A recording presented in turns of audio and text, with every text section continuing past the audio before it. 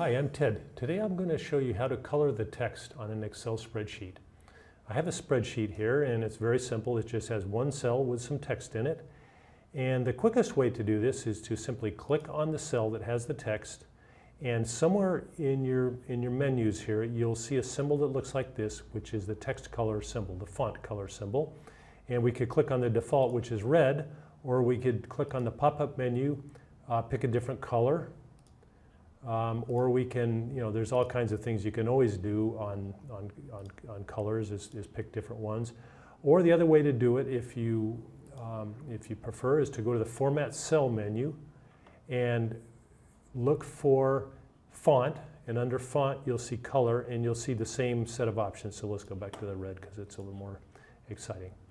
So I hope this has been helpful. I'm Ted, and today I showed you how to color the text on an Excel spreadsheet. Thank you for watching.